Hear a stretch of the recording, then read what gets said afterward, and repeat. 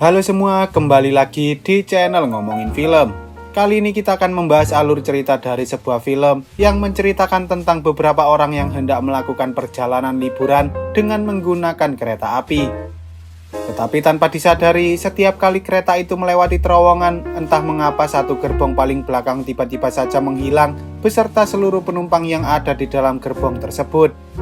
Lalu apa yang sebenarnya terjadi di sana dan kemanakah gerbong-gerbong serta para penumpang itu menghilang? Wis rasa kesuwen, langsung saja kita masuk ke alur ceritanya.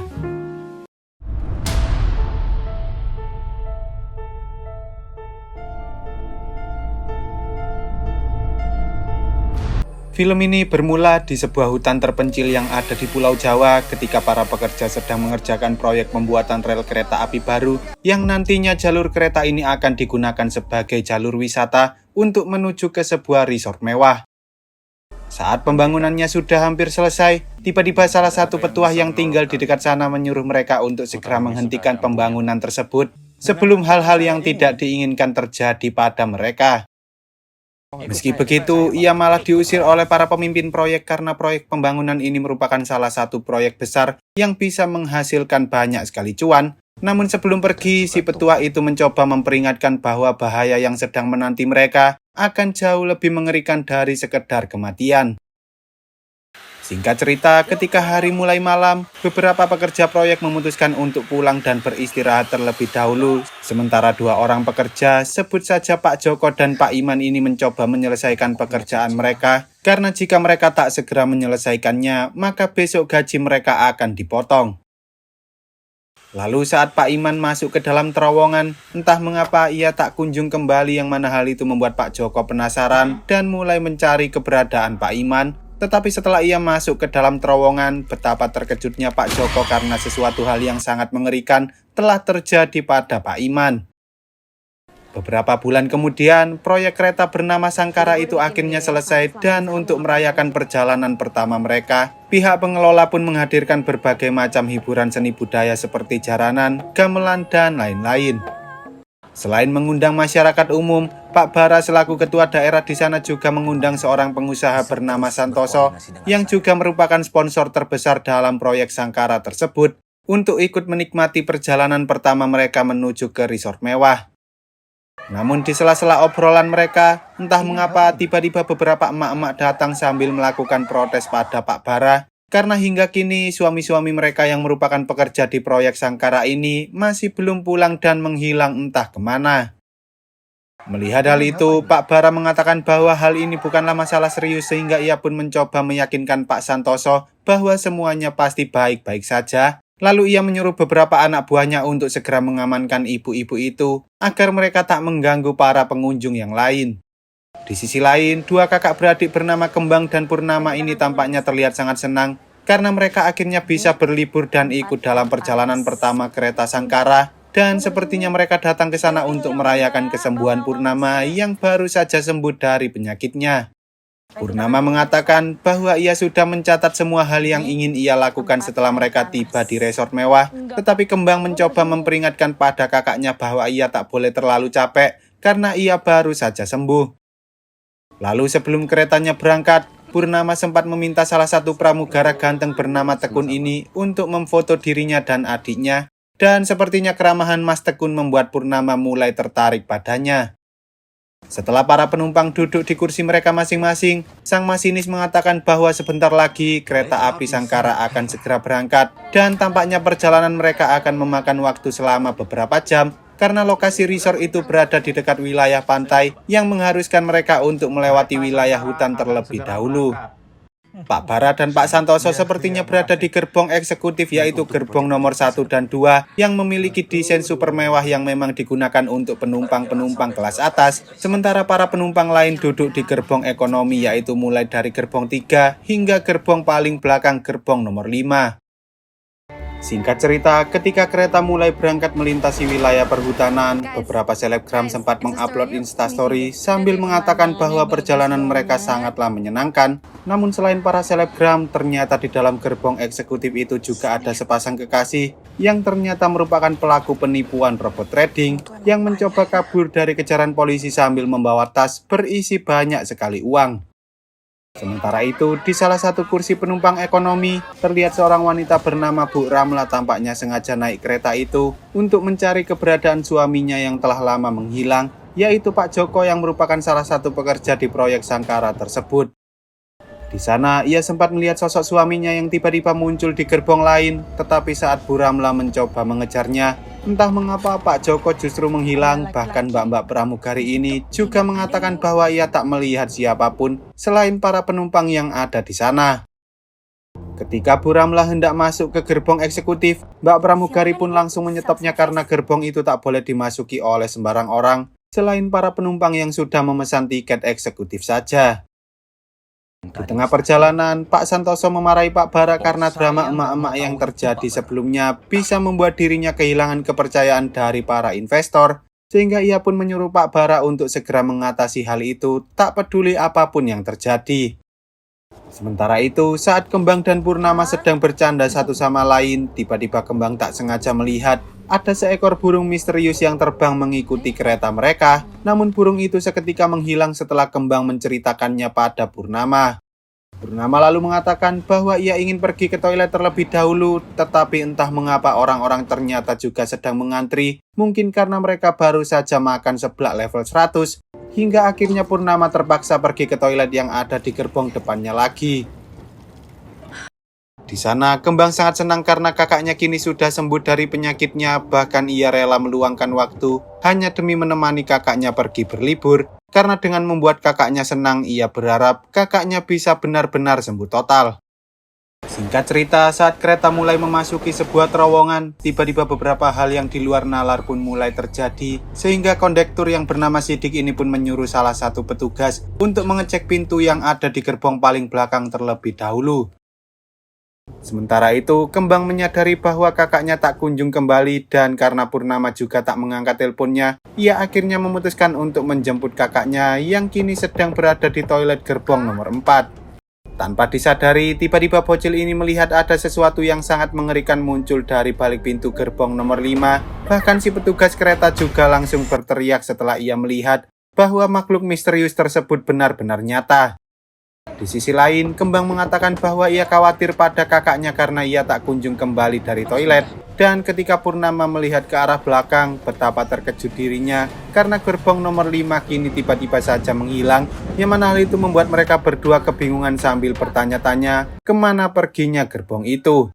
Mereka berdua lalu melaporkan kejadian itu pada Tekun bahwa gerbong nomor 5 telah menghilang, dan setelah Tekun melihat dengan matanya sendiri, ia juga ikut kebingungan bagaimana bisa gerbong paling belakang itu bisa menghilang.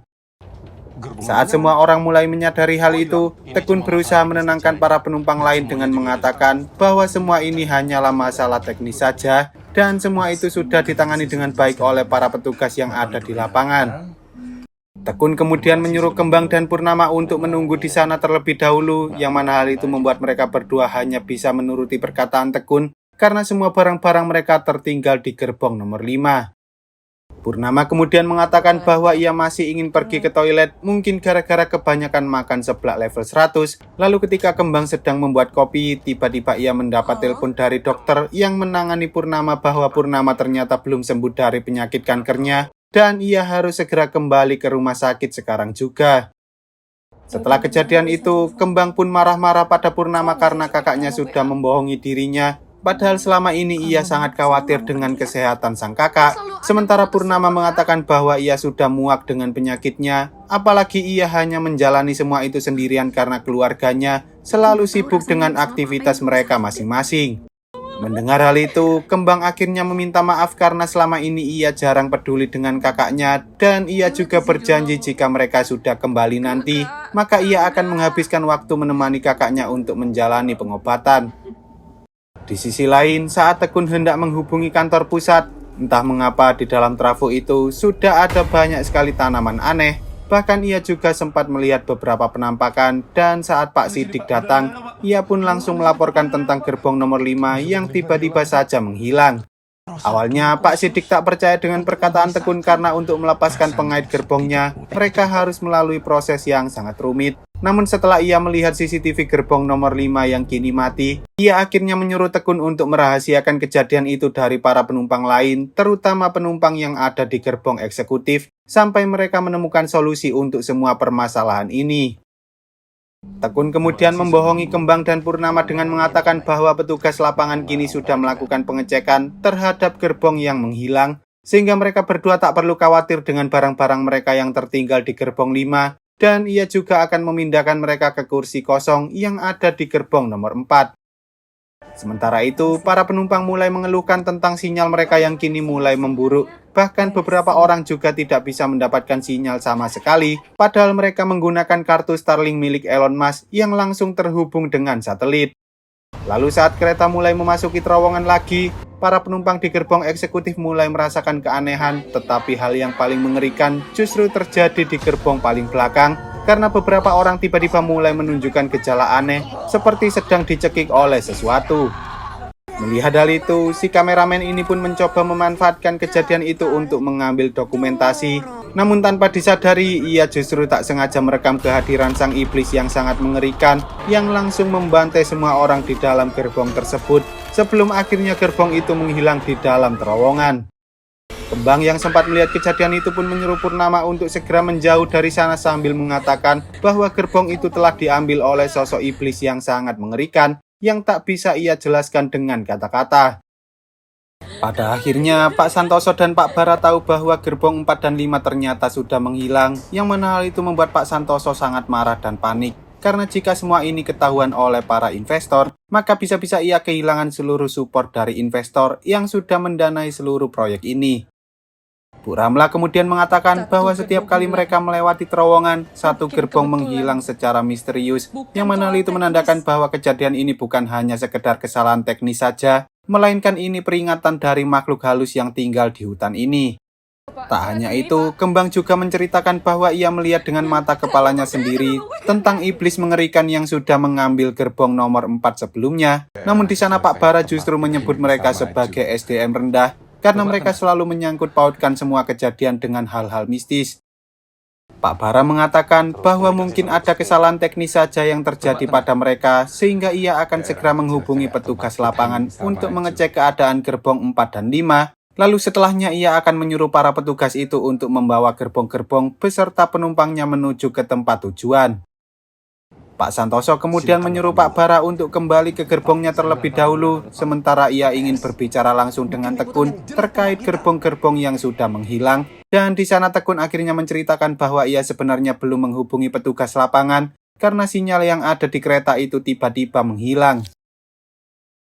Di sisi lain, saat Pak Bara sedang mengecek HP-nya, ia baru sadar bahwa ia tak bisa mendapatkan sinyal, dan ketika ia melihat tanaman aneh di kursi miliknya, ia pun langsung menutupi dan mengelap tanaman itu agar tak dilihat oleh para investor yang berada di sana. Pak Bara kemudian menyuruh Pak Sidik untuk segera menghubungi petugas lapangan tentang gerbong-gerbong yang telah menghilang, tetapi Pak Sidik mengatakan bahwa ia tak bisa melakukan hal itu karena seluruh alat komunikasi mulai dari radio serta handphone miliknya tak bisa mendapatkan sinyal.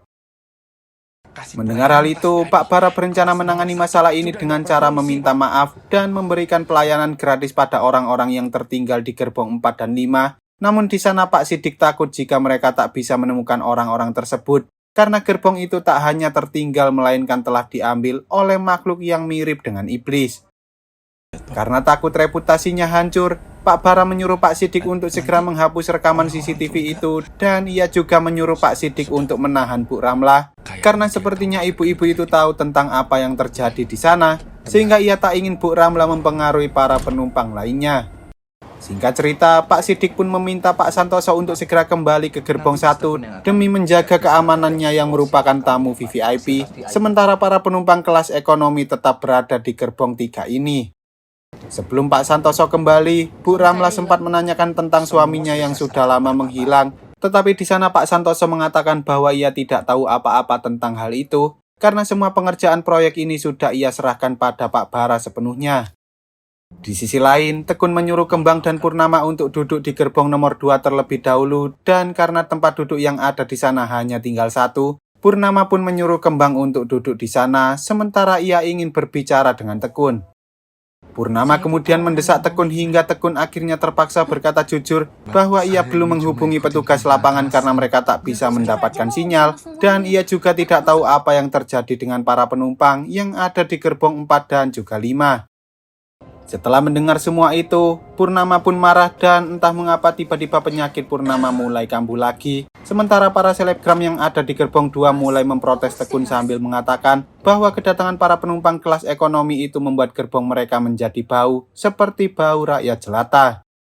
Di saat yang bersamaan, Mbak pramugari bernama Suci yang menjaga gerbong 3 sepertinya mulai ketakutan setelah ia mendengar perkataan Bu Ramla sebelumnya. Namun di sana Pak Santoso menyuruh para pramugari itu untuk menguatkan diri karena sekarang mereka harus melayani para selebgram yang ingin pindah ke gerbong nomor 3. Lalu ketika kereta itu mulai memasuki terowongan lagi, entah mengapa tiba-tiba Suci menghilang, bahkan gerbong itu juga berubah menjadi aneh. Dan saat Pak Santoso melihat ada makhluk misterius yang muncul di ujung gerbong, ia pun menyuruh semua orang untuk segera pergi ke gerbong nomor 2. Tetapi belum sempat mereka pergi dari sana, tiba-tiba beberapa makhluk mengerikan muncul di antara mereka, yang mana hal itu membuat semua orang menjadi sangat ketakutan. Bahkan salah satu selebgram yang panik justru menyerang dirinya sendiri, hingga akhirnya iblis mengerikan itu datang dan langsung membantai semua orang yang ada di gerbong tersebut. Kali ini, Tekun dan yang lain benar-benar melihat dengan mata kepala mereka sendiri bahwa gerbong-gerbong itu telah diambil oleh iblis yang sangat mengerikan. Sementara para penumpang di gerbong 2 juga mulai panik dengan hilangnya gerbong-gerbong itu, meski mereka masih belum tahu tentang apa yang terjadi di sana. Tekun kemudian meminta Pak Sidik untuk segera menghentikan keretanya, namun entah mengapa Pak Bara tiba-tiba datang sambil menuduh Tekun, Purnama, Kembang, dan juga Bu Ramla sebagai teroris yang ingin merampok harta para penumpang VVIP. Ia mengatakan bahwa Tekun dan yang lain sengaja melepaskan gerbong-gerbong paling belakang setiap kali mereka melewati terowongan karena mereka hanya mengincar para penumpang VVIP yang ada di gerbong 1 dan 2 saja, yang mana hal itu membuat para penumpang lain pun mulai mencurigai mereka, termasuk si mantan trader sebut saja Indra Friends ini. Indra pun mulai mengancam Tekun dan yang lain karena ia tak ingin siapapun mengambil uang miliknya. Sementara Pak Bara kembali ke gerbong 1 sambil mengatakan pada para tamu VVIP bahwa di gerbong belakang sekarang sedang ada perampokan dan ia tak akan membiarkan para perampok itu masuk ke gerbong mereka. Indra yang panik kemudian mencoba menyerang Tekun dan yang lain dengan menggunakan pecahan botol, namun saat ia hendak menyerang Purnama, ia justru tak sengaja terkena pecahan botol itu sendiri hingga ia terluka parah. Setelah kejadian itu, Purnama menyuruh para penumpang lain untuk menjauh dari adiknya, lalu ia mengajak Tekun dan yang lain untuk segera pergi ke gerbong nomor 1 sebelum kereta itu melewati terowongan yang selanjutnya. Singkat cerita, saat kereta mulai memasuki terowongan, Tekun meminta para penumpang yang lain untuk ikut ke gerbong 1 demi keselamatan nyawa mereka. Tetapi sayangnya para penumpang itu tak percaya dengan apa yang dikatakan oleh Tekun dan malah menangkapnya. Tanpa disadari, tiba-tiba iblis mengerikan itu muncul tepat di hadapan semua orang dan tanpa basa-basi, iblis itu langsung menggunakan kekuatannya untuk menghancurkan seluruh penumpang tersebut.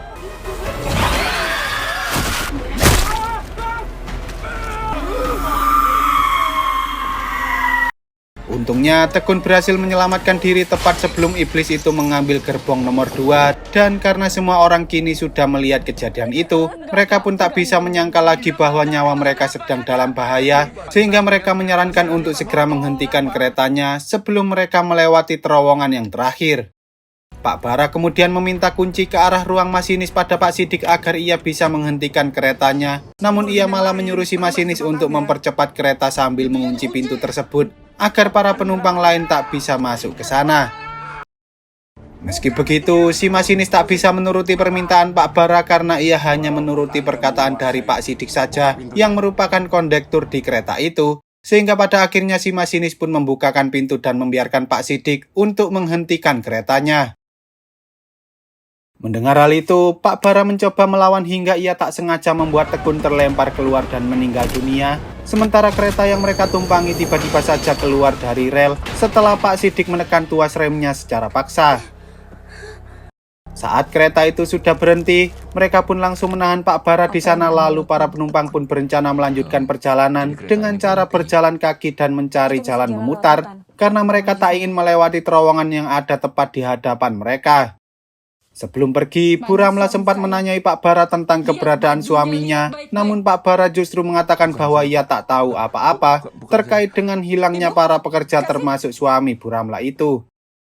Pada akhirnya, Pak Sidik pun menceritakan bahwa semua ini bermula saat mereka sedang melakukan pembangunan. Pak Bara menyuruh para pekerja proyek untuk membuatkan jalur melewati hutan tersebut karena ia ingin mengurangi biaya pengeluaran dengan alasan mencari pemandangan yang jauh lebih bagus. Petua yang ada di sana sempat melarang Pak Bara untuk melanjutkan proyeknya karena hutan itu bukanlah hutan biasa, melainkan hutan tempat tinggal dari iblis kuno yang sudah hidup selama ratusan tahun. Namun Pak Bara justru mengabaikan peringatan itu, bahkan ia malah mengusir si petua dari sana. Setelah mendengar cerita Pak Sidik, para penumpang akhirnya memutuskan untuk segera pergi dari hutan, tetapi sepertinya mereka semua terlambat. Karena tanpa disadari, ternyata iblis itu tidak hanya menjaga terowongan saja, melainkan ia hanya menunggu hingga hari mulai gelap agar ia bisa keluar dari terowongan. Iblis itu kemudian menghampiri Pak Bara yang sedang terikat di dalam gerbong, lalu tanpa berlama-lama, iblis itu langsung menggunakan kekuatannya untuk mengubah Pak Bara menjadi akar serabut. Selain Pak Bara, iblis-iblis penunggu hutan juga mulai menyerang para penumpang lain yang berlarian ke arah hutan, termasuk Purnama dan Kembang yang saat itu sedang bersembunyi di balik pohon. Lalu iblis itu menggunakan kekuatannya untuk mengubah semua orang menjadi tanaman.